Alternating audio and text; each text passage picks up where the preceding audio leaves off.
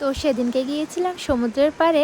মানে আমরা দুজন যখনই সময় পাই একটাই কাজ আমাদের, সমুদ্রের পাড়ে গিয়ে বসে থাকা। আর এইখানে গাড়ি ঘোড়া দেখা গেলেও মানুষজন একেবারেই কম ছিল।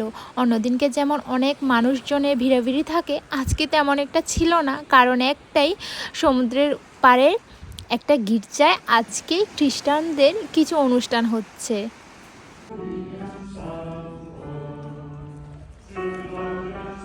পাড়ে কিছুটা সময় কাটিয়ে আমরা এসেও ওদের সাথে যোগ দিলাম।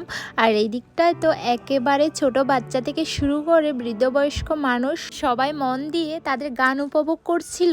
আর ওদিকটায় পাড়ে তো একেবারে দাঁড়ানো যাচ্ছিল না, অনেকটা হাওয়া দিচ্ছিল। আর যত দিন যাচ্ছে বিকালবেলা এতটা ঠান্ডা পড়ছে, খালি গায়ে বাইরে দাঁড়ানোই প্রায় অসম্ভব। যখনই ভাবি এইবার ঠান্ডাটা আসবে, তখনই না একেবারে মনটা খারাপ হয়ে যায়। ঠান্ডা একেবারেই আমার সহ্য হয় না।